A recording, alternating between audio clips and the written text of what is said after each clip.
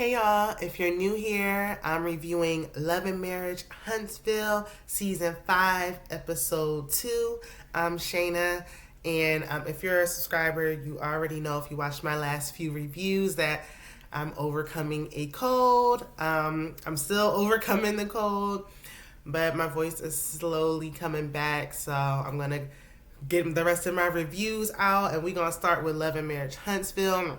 If you haven't already, definitely hit the subscribe button if you keep coming back and you haven't subscribed already. If you watch this video and you like it at the end, don't forget to hit the like and hit the subscribe. It will definitely make my day. I definitely want to pick up, it picks up right where we left off for Love and Marriage Huntsville. And that was with Dr. Francis letting the Whitlows know everything that isn't as perfect as they try to portray it as. They try to make it seem like, they don't have anything going on. We know how they came off last season. That's why nobody was really feeling them. The Whitlows are upset, and they do not appreciate Dr. Francis' feedback. They don't like what he has to say about their marriage. I think Big Lou even said, who does he think he is? A doctor?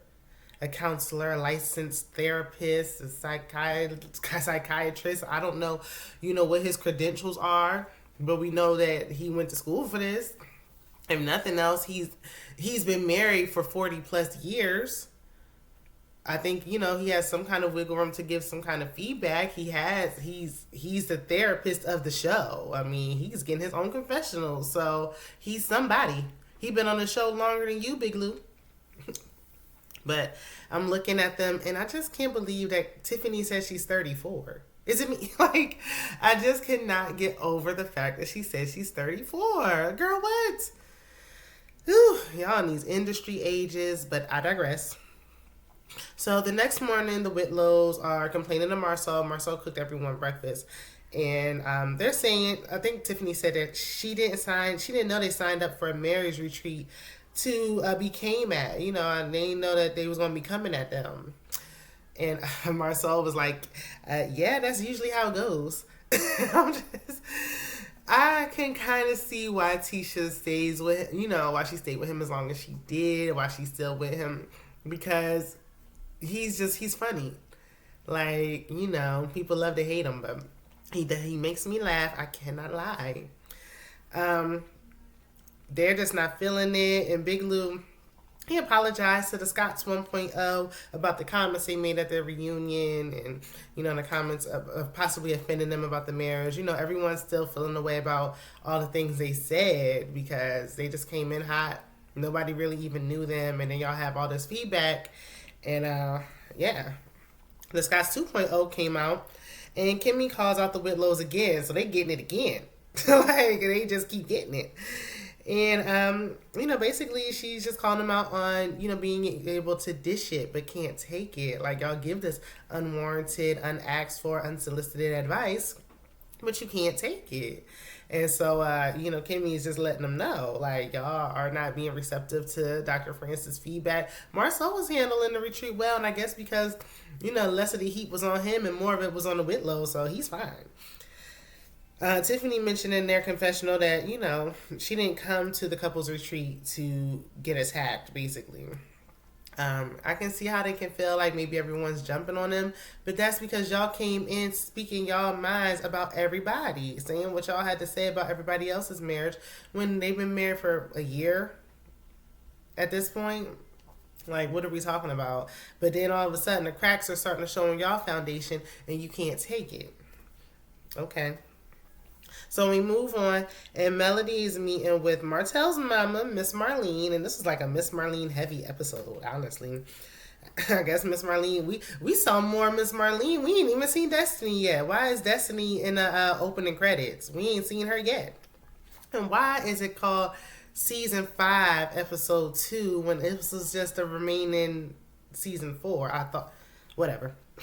So Miss Marlene walked in looking like an Instagram model with her little dress on and her braids swinging. And Melody expresses how she felt about Miss Marlene's comments that she made about, with her saying she's lazy and all that. Miss Marlene reiterates that Melody was lazy. And saying that she's like, I guess if I had all them children, I would have been a little lazy too. Miss Marlene, how was Melody lazy? How was she lazy? You mean when she gave birth and calling her husband for help? How was that lazy? Having all them children and working, we know Melody ain't lazy.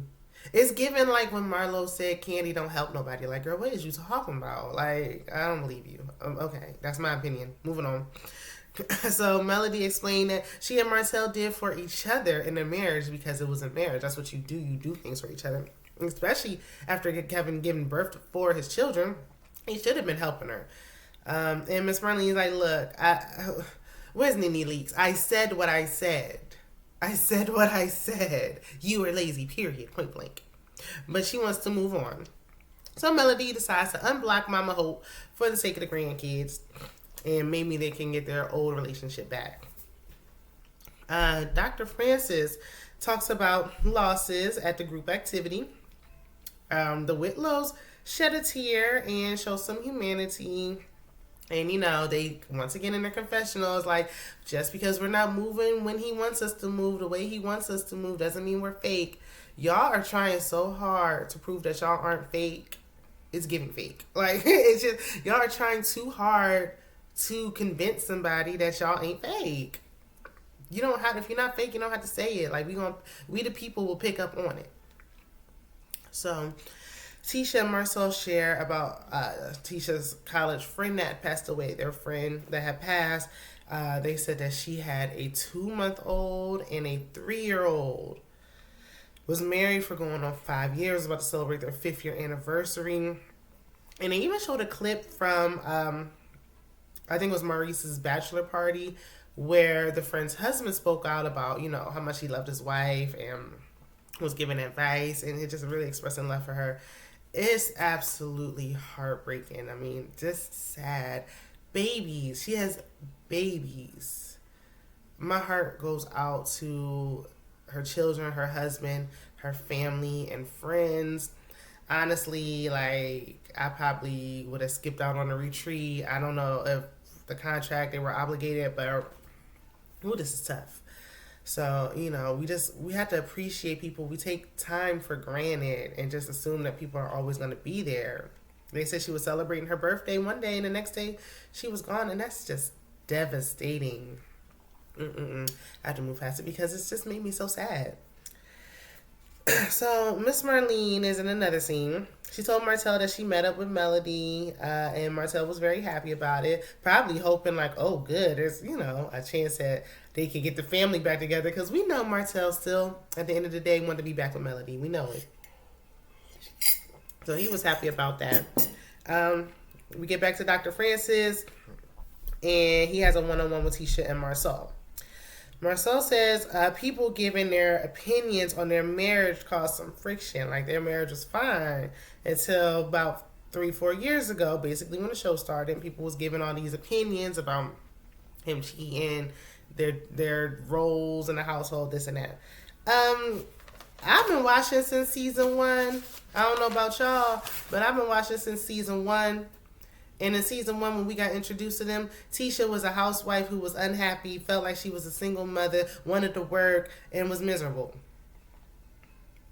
What are you talking about? Y'all was fine in the marriage until other people called you out. You weren't hearing your wife. Yeah, now you let her work, and now you let her do this and that, but it took, what is this, a 4th season? It took time to get there. And then on top of her being housebound, you out running amok. So, yeah. Marcel said he discussed his decisions with Tisha. Dr. Francis looked shocked, and so did I. Like, what are you talking about? Because, again, that's not what we've gathered from all this time. I mean, and they love to be like, oh, you only see a little piece of us on the TV. We see what you show us, okay? And what you show us, no. Dr. Francis looked stunned. That's not what Tisha was venting about in her therapy sessions, but okay. Dr. Francis says the truth stands on its own. Like, you don't have to even do all this, try to change the truth. The truth is the truth. And that's where the scene ends for them. So Dr. Francis meets with Kimmy and Maurice. Maurice wants to have sex every day. And Dr. Francis was like, doesn't a woman have a right to her own body? Like, if she's not in the mood, she has a right to say that. And Kimmy's like, yeah, he knows that. But does he know that, Kimmy? Does he know that? Because if he knew that, then why is he sitting up here saying this? And why does Dr. Francis have to tell? Dr. Francis is basically on your side. Like, girl. Kimmy expresses that she carries pretty much all the household chores. And while he just gets to enjoy sex. So you want to have sex every day, but she's still got to do the laundry, cook, clean, make sure the household is running, basically doing everything that you're not. While you just go to work and have sex and that's it. Not enjoyable. If you're not, I know for a lot of women, I can't speak for everybody. If you're not taking care of us like outside of that, then the sex is not even going to be enjoyable. Why would I want to do that? That's like another chore on my list of things to do because you're not helping me. Wash a dish. That might make her want to jump up a little faster. I don't know. She expressed when she was dating, it was different. She just had to take care of her child and herself and whatever. It was different. We know that they were dating for a while. I don't know if she was, busting the wide open for all them years before they finally made it down the aisle and now she's had enough. She don't got to do it no more or what. But we also have to remember that Maurice Jr., his son, is in the house now. It's just a lot to take on. He said, I have a house full of boys and you saying this is women's work. Now I have to stop there. Kimmy, didn't your grown son move out? I thought he moved out. I don't know. But besides that, she's like, okay, you're saying these household chores is, that's not men's work. It's women's work. So at what point, when am I getting help with this? This is ridiculous. Learn cooking and cleaning and all that. I like traditional roles. Y'all always said I want to be a housewife. I don't mind doing that if my husband's taking care of all the responsibilities, in other areas. But Kimmy works. She was on real estate and was like, come on, now that's a lot. And taking care of your child that you decided to, put that responsibility that you wanted to take on basically onto her. That's a lot of responsibility. And then you want sex twice a day, every day. No. It's just, I think it's ridiculous that he's saying this. These boys need to learn. What is that? Is that a loose dog running? Oh my gosh. Sorry, y'all got the window open. It's just ridiculous that he's not teaching his son that he needs to learn how to do these bare minimum necessities just to live too. When he goes on his own, if he decides to get his own place without a woman, he needs to learn how to cook and clean and do laundry too. Maurice is just a lot like his brother, and the more time that passes, the more we see that him and his brother are one and the same, and we were just maybe giving him a little too much grace because he sounds just like his brother at this point.